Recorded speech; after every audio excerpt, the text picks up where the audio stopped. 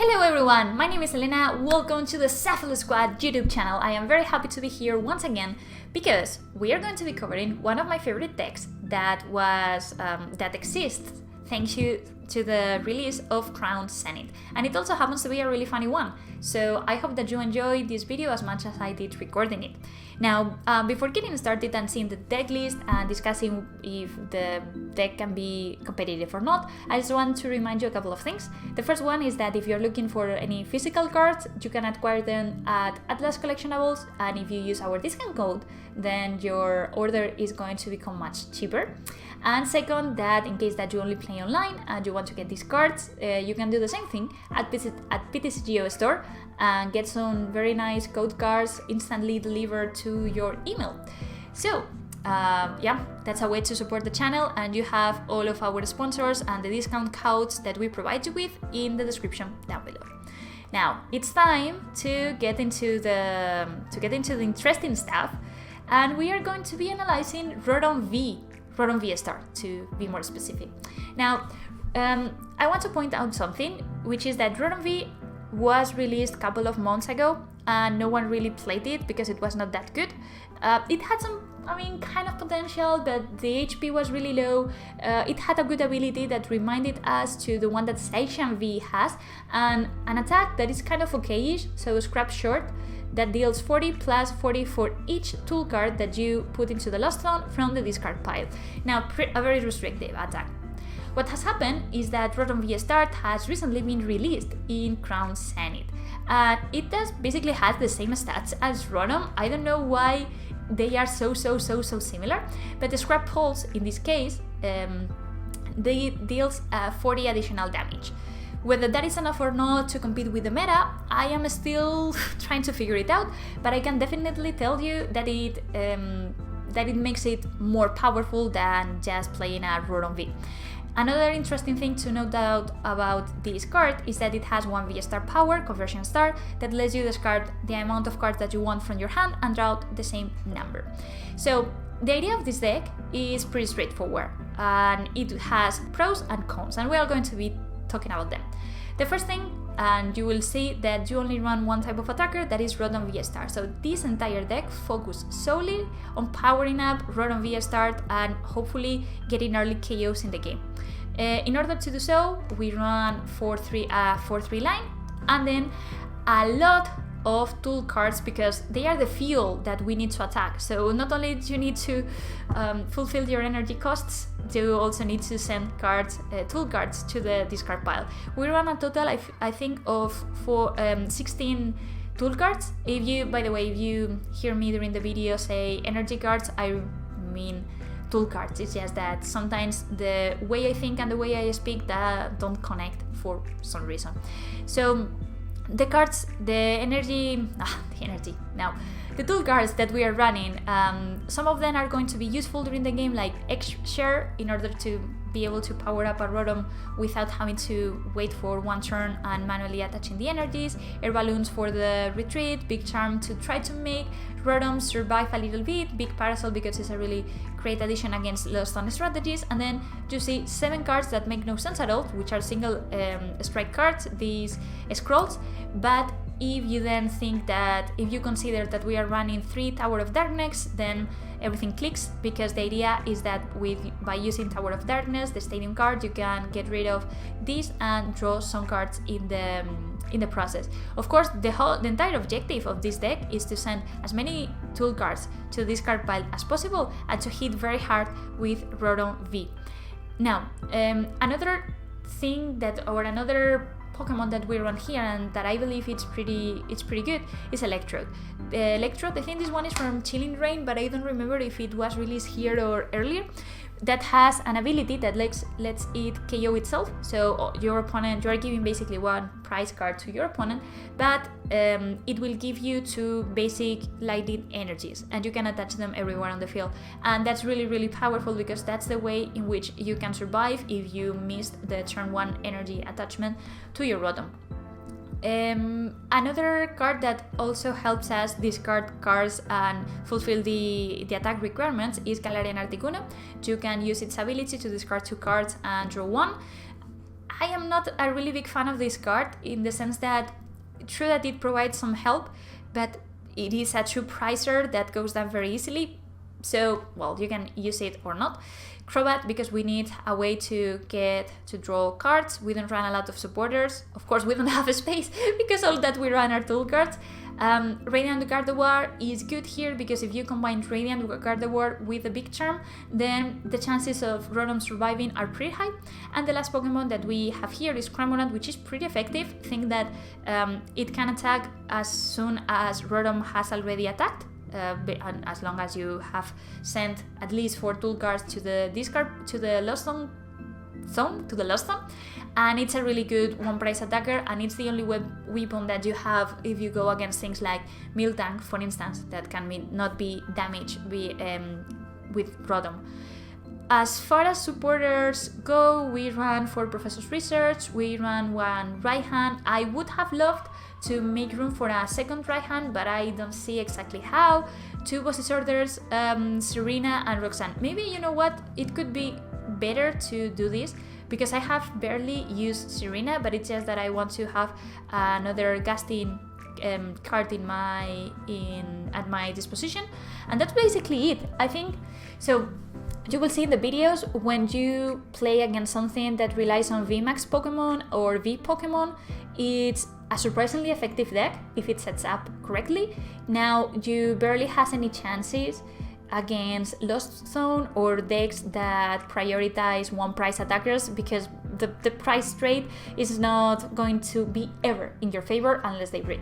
But having said that, I think that the better explanation is to actually see it in action. So let's go ahead and let's play some games. So let's see what we go against. Ladder. Oops, I just hit my mic. Ladder in Pokemon Online sometimes can get a bit crazy, and that's also the definition of the deck that we are playing today. But let's see, so fingers crossed, if I can at least get 1 victory, that would be absolutely amazing. So I didn't say it, but we are going to go second, and that's something that is not ideal, to be honest. That is not ideal. Because Rotom has very little HP. Oh, this is like some Charizard, some budget Charizard deck. Okay, I don't know how we are going to be doing against it. Maybe with Big Charm, if my opponent is able to set up properly, I think we are in trouble. And we don't have a lot of hand disruption cards, so let's see what we are able to do here. Rotom, I feel... Oh, Scorch. Oh, don't tell me that this is the... No. Wait, why is anyone playing Scorch like in 2023? I just don't know. Anyways, I will attach this energy here, and the hand is pretty good. The hand is pretty good in the sense that I can set up if I want to, which is what I'm going to do. I'm going to discard my entire hand, so I think that I need to go for a Rotom here, and I will discard another one, and maybe an Electrode could be nice. Do we have the Electrode? Yes, we have the Electrode here, so let's go for this one, and not going to use the Choice Belt, so I think that I can safely throw it to the discard pile. This could be interesting, and then let's use Instant Charge because we cannot attack this turn. Yep, Instant Charge would be so cool if it was like a proper replica of Seishan's V ability and we could attach the energies. Now, we see Scorch VMAX getting evolved. Wow, this artwork is amazing. Like, he's running and he's using Scorch as the road. Like, how cool is that? And we got Marnit, which is not really cool at all. Okay, so this seems to be like some sort of fire toolbox kind of deck. My opponent got the... Okay, so my opponent got the candy of the Marnie, and now if it has a way to retreat Greninja, I would be very angry. I would be definitely very angry, because it can actually KO us. So plays a Magma Basin, attaches 1 energy onto the Charizard and passes the turn. Okay, so whew, Good, and this was a really nice top deck. I wonder if I want to bench Galarian Articuno. Probably not. So I think that I am just going to go ahead and use. The thing is that even if now let's play this maybe to force it to attach more energies to Sandy Scorch because of Radiant Gardevoir and all of this. I'm going to evolve into this, and then I'm missing the energy. I am missing the energy, so what I need to do here first is let me discard this to get some additional draw cards, and I imagine now I will need to discard the Tool Scrapper and the Quick Ball, as I really want to keep my resources here. And let's go for Rotom V. I will need to use Electrode because I missed the energies. The good thing of Electrode is that it can attach to any Pokemon on the field, so 2 Pokemon here. And my opponent is going to get 1 card, that's fine. And that's it, right? So I can just scrap pulls, and I don't need to discard any, I don't need to send to the lost on any of my cards because of the fact that Greninja is weak to lighting types. And I have right hand in my turn, which can be activated, and if not, I could even activate Roxanne. So let's see what my opponent does here. So for this double the amount of energies, right, that this guy had. Professor's Research, okay. This gets scary. The fact that every single energy that my opponent attaches to a Pokemon counts double means that that the Senti Scorch already has 6 energies. Whew, yeah, that's definitely scary. That's definitely scary. Very scary. I think that I can get the KO. I think that I can get the KO. But even now, the thing is, I don't know if I want to use Roxanne. Let's see what I draw first. Okay, so I think that the play here is I'm going to discard Serena. I'm going to discard Serena. I'm going to prioritize getting another Rotom, and I still have the possibility to search for Crobat. So I'm going to play this here, I'm going to attach this here, and I'm going to play Roxanne. Now I need at least 1 energy, and okay, so I did get the energy, which is good. I should have used, my bad, I should have used Ordinary Road first. How bad is that?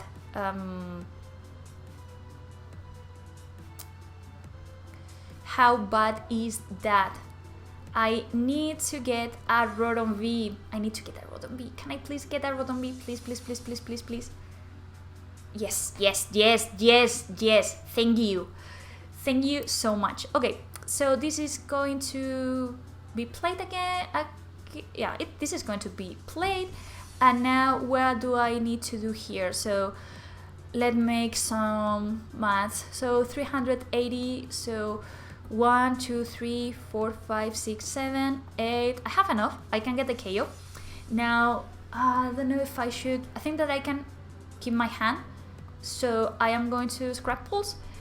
And let's do some math. So 1, 2, 3, 4, 5. 5 is 200, 6, and 7. Right? 24. No, with 6 is enough. So let's count again. 1, 2, 3, 4, 5, 6. That puts us into 140 plus 80. And yes, you can perfectly tell that Elena does not know how to do maths. Yes, that's the reality. Elena does not know how to do maths. So now I get some extra cards, which is fine. And another one. We only need to get 1 Boss's Orders. I don't know if we have Boss's Orders. There should be 1 left in my deck. So yeah, let's see what happens. Now, I wonder how is my opponent going to actually attack me? Well, it's probably going to evolve a Bidoof. So no, he does not use Bidoof. So Charizard comes here with the Explosive Fire attack. that should be kind of enough to KO our Rotom. No, it's not enough. It's not enough. But now it can use Star Blaze, and okay, we are not in the best of the situations. I need to count again the amount of cards that I have here. 1, 2, only 1, 2, plus 1 in my hand. Okay, so I think that our play here, depending on, I mean, of course, depending on what my opponent has, is, let's attach this energy here.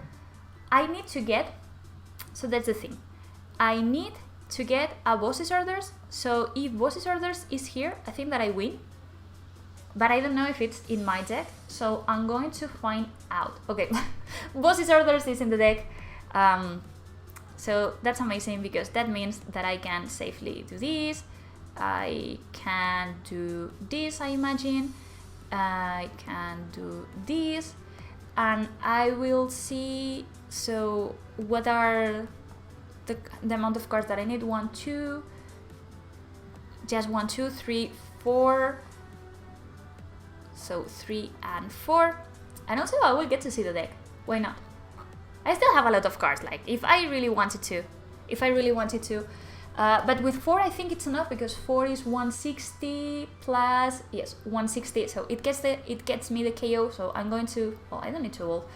I'm going to Boss's Orders, this Senti Scorch, and all I need to do is to scrap balls for 1, 2, 3, 4. Well played. Well, that was a very interesting game. I was honestly not expecting this kind of decks in the ladder. It's definitely a nice strategy. I wonder if it would be played after rotation, but seems to be a bit slow, so okay, let's go for game number 2. But it was definitely something very interesting that just happened. Yeah, I like when you run against not the, you know, the type of strategies that you find everywhere in the tournaments. So Rotom got us the victory. Let's see if it can do the same in the second game. Let's see. So I get to start, yes, and I want to go first so that I can get the attack, and I don't have a Pokemon, so my opponent is going to get a couple of mulligans probably from my side. I should actually, sorry. Oh, that's great way to open. That's the best way, yeah, to open up with a Crobat VMAX. Okay, that's fine, and this is Lost Zone, I would imagine, so I'm going to discard this, get myself one Rotom V, and go from there, right? Because there is no use in using the Ultra Ball, so I will just attach the energy and use Rotom's ability. And now we need a way to take Crobat out of the field, and that's not going to be easy. So I don't know what my opponent is playing. Also, I have to point out that playing against Lost Zone is not the ideal scenario you want to see while playing Rotom, basically because they run a lot of one-price attackers and they can easily reach your numbers. So, okay, my opponent, this is probably Rayquaza, maybe? So amazing Rayquaza. My opponent discards one card to promote Comfy, then uses Comfy to get rid of a Battle VIP pass, which makes me think that he already has one Battle VIP pass in hand. Otherwise, I guess that you will prioritize the setup, but well, I don't know his hand, so that's fine. I'm a bit concerned because it's very unlikely that we get the turn 1 attack. It's pretty unlikely that we get the turn 1 attack unless, I don't know, I use Rotom's VSTAR ability and we are able to get the air balloon, but yeah, I don't know. So 2 more cards are discarded via Golrex Experiment. One of them is a switch card, and then it's a Psychic Energy. So again, this doesn't tell me anything. Well, then definitely this is Radiant Rayquaza. I feel that this has to be Radiant Rayquaza, Scoop Up Net, then another Comfy is going to be promoted, that's fine. Comfy will activate the ability, we will see another card being sent to the Lost Zone. There it is, Radiant Rayquaza, as we said, and Can I draw even more? Can I draw even more like Rotoms? No, I don't seem. It doesn't seem so. I think that I need to. Yeah, I think that I just need to set up another Rotom and go from there. It's not ideal, but what do I do? It's not ideal, but I don't think that I can do much in this situation. I am completely stuck. I am completely stuck. I am not drawing anything. I could have maybe gone for Articuno or something, but if I provide my opponent with the possibility of setting up as much as it's happening right now, I think that I won't have many options left. Okay, so Spit Innocently, at least Crobat kind of survives this hit this time, and I will evolve, and I'm going to discard my entire hand. I'm going to discard my entire hand. Now the only thing is I wonder if I want to keep Parasol, but maybe I don't, because I'd rather draw more cards. So yeah, let's discard the entire hand. Let's see if we can get something. Okay, that's okay. Oh no! I was meant. I should have. That's bad. I should have attached the energy here to get the manual retreat. But okay, well. Okay, well, at least I got the air balloon, which is fine. So that means that I can then play this here. I will play Radiant Gardevoir and I will attack, and I don't need to discard again. And I don't want to send any cards to the discard pile just because of the fact that Cramorant is weak to us.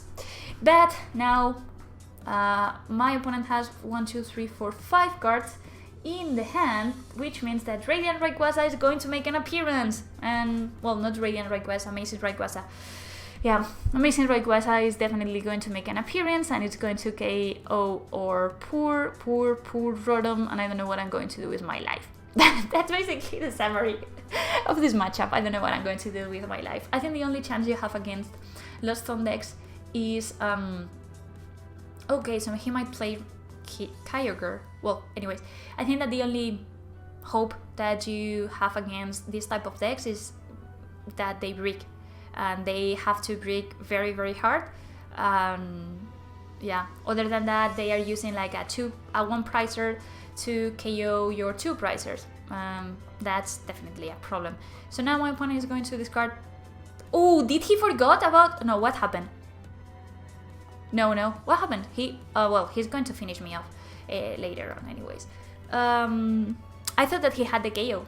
I honestly thought that he had the KO, but no. Save a life. So I'm going to attach this here, probably attach this here. This is going to go down. This is probably going to go down. Yeah, this is going to go down via Sableye, and I am in a really bad position right now. So I think that let's just scrap Pulse again. I could have kept the Parasol, but I don't know if that really would have made a difference or not.